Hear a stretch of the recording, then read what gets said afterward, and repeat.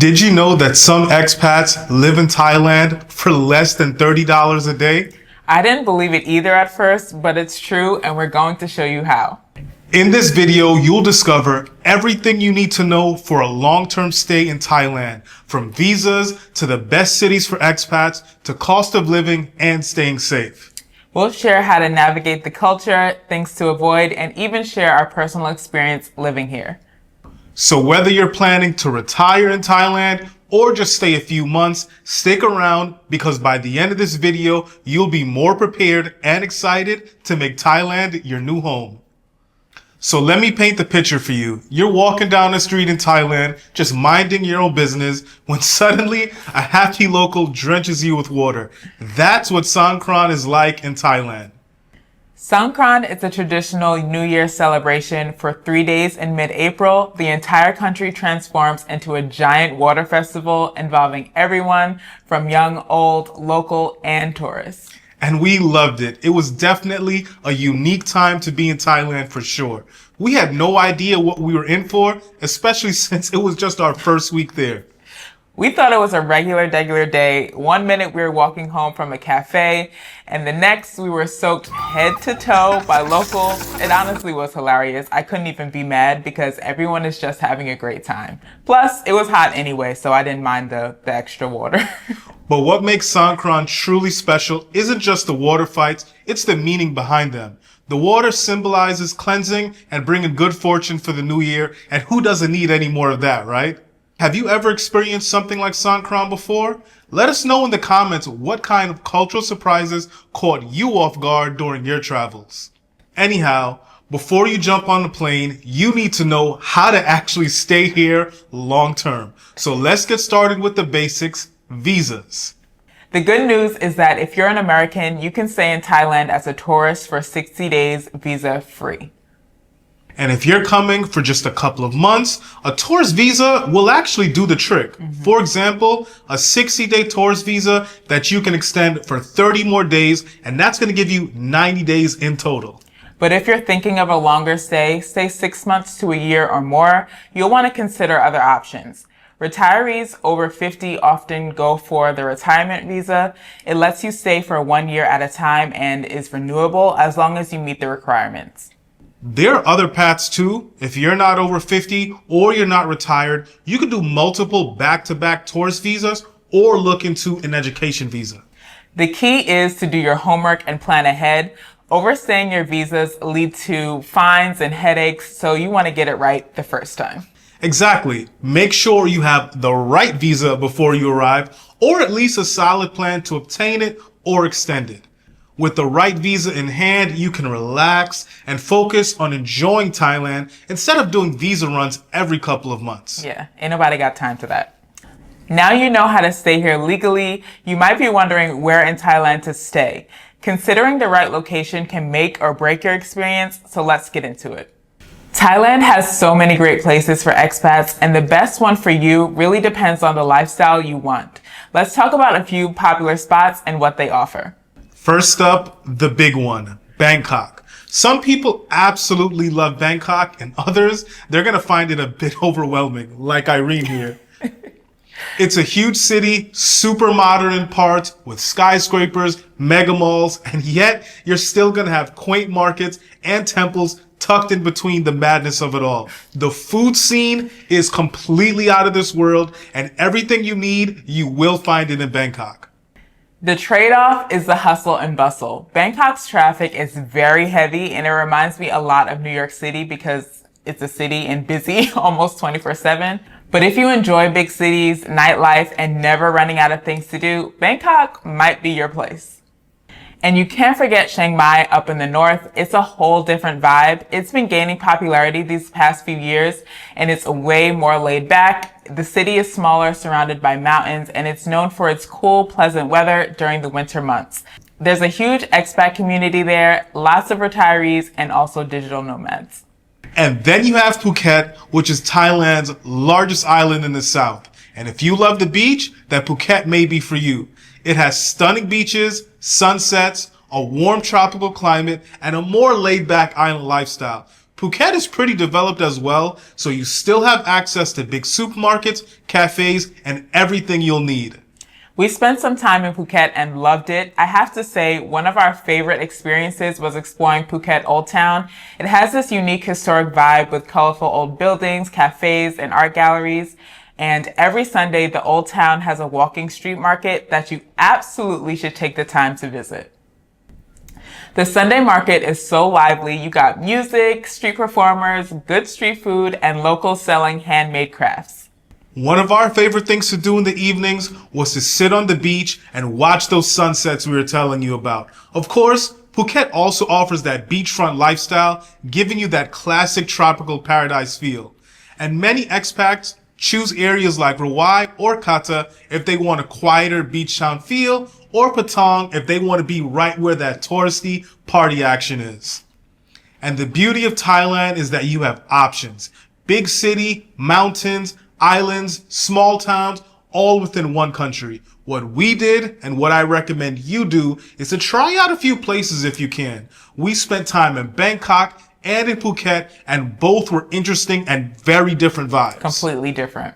But everyone's preference is different. The good news is you really can't go wrong. Thailand has something for everybody. One big reason so many retirees and expats choose Thailand is the affordability.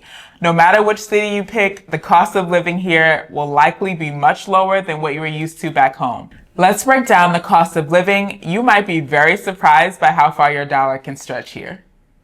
But before we get into that, we've shared a lot so far, so do us a quick favor and like this video and subscribe if you haven't already.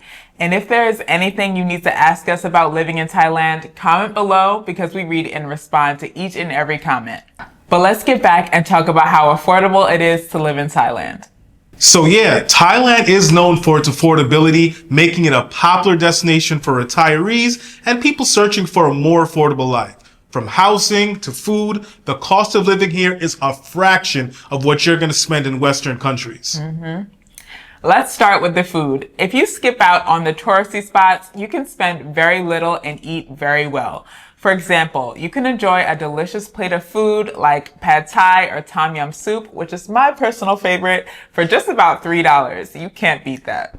Even dining at a restaurant or a cafe is super affordable. We had lunch very regularly at our favorite cafe, Chambers in Phuket.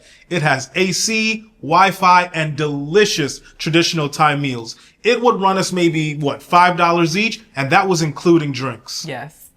Groceries are affordable as well, especially if you buy local produce. For a few dollars at a local market, I can come home with fresh fruit and everything I need to cook for the week. We do a mix of cooking at home and eating out. Sometimes it almost feels cheaper to eat out because street food is so inexpensive. But if you prefer to cook, you'll save money that way too. It's a win-win. Now, what about housing? This is where living in Thailand can really save you money. Many landlords are used to foreigners and you can find furnished apartments very easily. Also, outside the big tourist areas, prices drop. Of course, rental prices vary by location, but they are generally much lower than in the States. For instance, in Chiang Mai, you'll find a 1 month-long stay in a modern 1-bedroom apartment with a pool, gym in the building for around $500 to $700 per month. And in Bangkok or Phuket, expect to pay maybe a little bit more, around $600 to $1,000 for a nice 1-bedroom in the city. But it's still way cheaper than the prices back in the States. For reference, we were paying $1,600 a month for our apartment back home in New York. Just know that regardless, there's something nice for every budget. Yes. We actually booked our 30-day stay in an Airbnb. It was a condo in Phuket, and for around $35 a night, it had everything we needed. As remote workers, we definitely need to have a place with great lighting, ample working space, and strong Wi-Fi, and this gave us that. There was also a full kitchen and a washing machine, which is a luxury we have to pay for since we pack light. So we're going to leave the link in the description in case you're interested. And while booking directly through Airbnb is definitely going to be more expensive, if you sign a 1-year or a 2-year lease for your apartment, it is going to be much, much less than what even we paid. Transportation is very affordable here as well. In cities like Bangkok, you have the BTS SkyTrain and the MRT subway, which are clean and affordable. You can also use Grab, Bolt, or InDrive, which are their rideshare apps, to call like a car or motorbike taxi. We used it all the time and found it very reliable and cheap. A 15-minute ride will cost just a couple of dollars. Now, one of my favorite things about Thailand's affordability is the wellness and personal care. I absolutely love Thai massages, and here I can afford them very regularly. A 1-hour traditional Thai massage can cost as low as 250 baht, which is $8. Seriously, for an $8 professional massage, you can see why I went multiple times a week when I could. And I don't know about you, but that's more than enough reason for me to live here. So getting massages multiple times a week absolutely worked into our budget.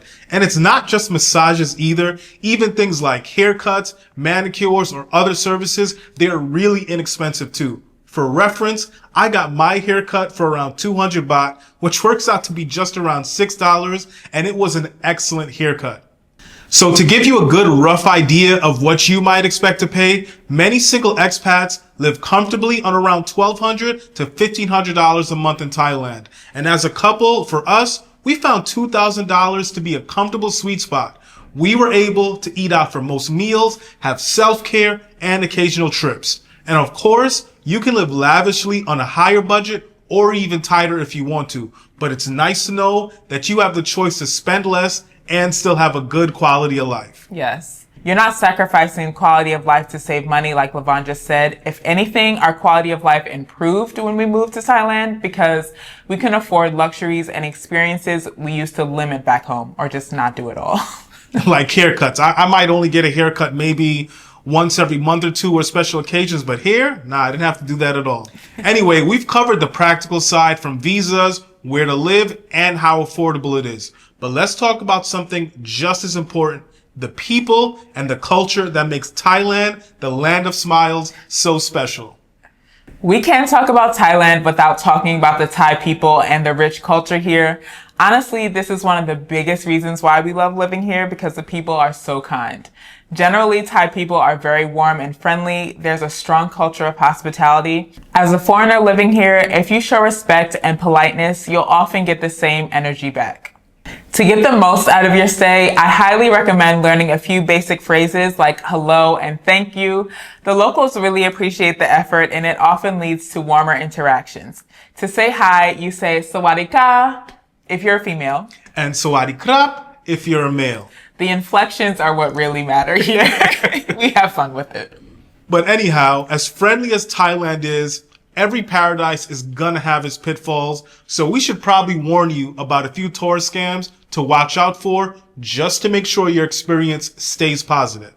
So it's not all smiles and sunshine all the time. Even in Thailand, there are a few people who might try to take advantage of tourists and expats. Let's talk about some common tourist scams so you know what to avoid. First one, and ask us how we learned about this, is the tailor shop scam in Bangkok. So, like we said earlier, Thai people are generally incredibly warm and honest, but there's unfortunately a small segment that specifically targets foreigners with various schemes. We actually experienced the tailor shop scam during our stay, and while we won't go into all the details here because I am tired of talking about it, we have a whole nother video about the top tourist scams and mistakes to avoid in Thailand. So definitely check that out after this one because it could save you a whole lot of money and headaches. We'll link it in the description and at the end of this video. Yes. The key though is to stay on your toes and basically don't trust anyone that's trying to take you somewhere or take you off your path. Remember, if something sounds too good to be true or feels a little off, trust your gut, keep it moving. Now, before we wrap that up, let's touch on something else really important for a long-term stay, your health and safety. After all, enjoying life is easier when you know you're safe and taken care of. One big question we get is, what about the healthcare in Thailand? As retirees or anyone planning a long stay, you want to know you can get good medical care if needed. The great news is that Thailand has excellent healthcare, especially in the larger cities. Absolutely. Thailand is actually a medical tourism hotspot. People from all over the world actually come here for treatments because the quality is high and the cost is a fraction of what we pay in the US for the same test out of pocket. So cities like Bangkok, Chiang Mai, and Phuket have private hospitals and they're world class. Of course, we do recommend having health insurance when you're here long term. Depending on your visa, you might be required to have it. Like for instance, a retirement visa often requires a basic health insurance coverage. But even if it's not required, it's still wise to have. There are international plans or local Thai insurance plans for expats. And if you don't need or want a comprehensive health coverage for your stay in Thailand, you do have the option of getting travel insurance. We have ours through Safety Wing, and that covers us for inpatient care and urgent care visits. We're going to leave a link in the description for Safety Wing just in case you need it. Another question we get a lot is, do we feel safe there? And we absolutely did. Thailand is overall a safe country for expats and retirees. We feel safer walking around here than we did in many cities back home. So to all my Black travelers, you will be fine. But what surprised me is that not many people know the emergency number here. And we recommend writing this down or memorizing the local emergency numbers for a peace of mind. In Thailand, you can dial 191 for general emergencies and 1155 for the tourist police, who have English-speaking officers ready to assist foreigners. But one of the biggest safety issues here is actually traffic and road safety. If you're driving or riding a scooter, please be careful. Thailand's roads can definitely be a bit chaotic, and unfortunately, there are a lot of motorbike accidents. So if you're not an experienced motorbike driver, consider sticking to ride shares, public transit, or just hiring a driver for longer trips. And do your best to wear a helmet if you do ride a scooter. We honestly weren't the greatest with this, but it is important. One thing we did for a peace of mind was register with our home country's embassy when we moved to Thailand, just so they knew we were in the country in case of any emergencies. It's a simple online registration. This is even more important as there was aftershocks of a nearby earthquake felt in Bangkok recently. And if you need internet access when you're not home on Wi-Fi, using an eSIM in Thailand is a simple and cost-effective way. We've been using Airlo and it has been incredibly reliable for us throughout our travels, not just in Thailand, but in all the countries that we visited. We're going to leave the link for it in the description, so if it's something that you can make some use of, go ahead and use that link for us. So let's get into a couple things that you need to pack before you come to Thailand. Thailand uses type A, B, and C plugs, so we recommend buying a universal travel adapter to ensure you can charge all your devices without any issues. We'll leave a link to our favorite one in the description, and yeah, we'll put it on the screen because I think you could do that now. Something else you should probably know is that tipping is not customary in Thailand, and it isn't even expected in most situations. However, leaving a small tip for exceptional service, such as rounding up the bill or leaving some spare change, is appreciated but not required. This is common in restaurants, with taxi drivers, and for hotel staff, but again, it's always at your discretion. Another thing that you absolutely need to know if you're going to Thailand is to avoid drinking and brushing your teeth, cleaning your fruits and veggies with the tap water, all the above, trust me. And because Thailand's tropical climate is so hot and humid for most of the year, packing light and breathable clothing is essential. Opt for materials like cotton or linen so you can stay comfortable and cool in this hot heat. So when you're packing, think dresses, shorts, t-shirts, lots of tank tops, and skirts to wear for every day. You want to keep it light and breezy. Also, a wide-brimmed hat and sunglasses are an absolute must to protect yourself from the sun, along with sunscreen. You can obviously find that here, but it's good to have because I know that they mark up the price for sunscreen for some reason. Also, comfortable shoes or sneakers are ideal for exploring, while a pair of versatile sandals will work well as well. And for those planning to visit temples or other religious sites, it's important to include modest apparel in your packing list. This might mean packing a lightweight scarf or shawl to cover your shoulders and longer pants or skirts that reach below the knees. And don't worry, if you don't have any of these, you can always buy it outside of the temples. But that's a wrap, y'all. Thank you so much for sticking with us and watching this video. We really do hope that you found it helpful. And if you did, give it a thumbs up and subscribe to our channel for more travel guides like this. You don't want to miss out because we have a lot on the way. Don't forget to check out our video on our pros and cons of living in Thailand. It's linked right here on the screen and in the description. We'll see you in the next video. Bye.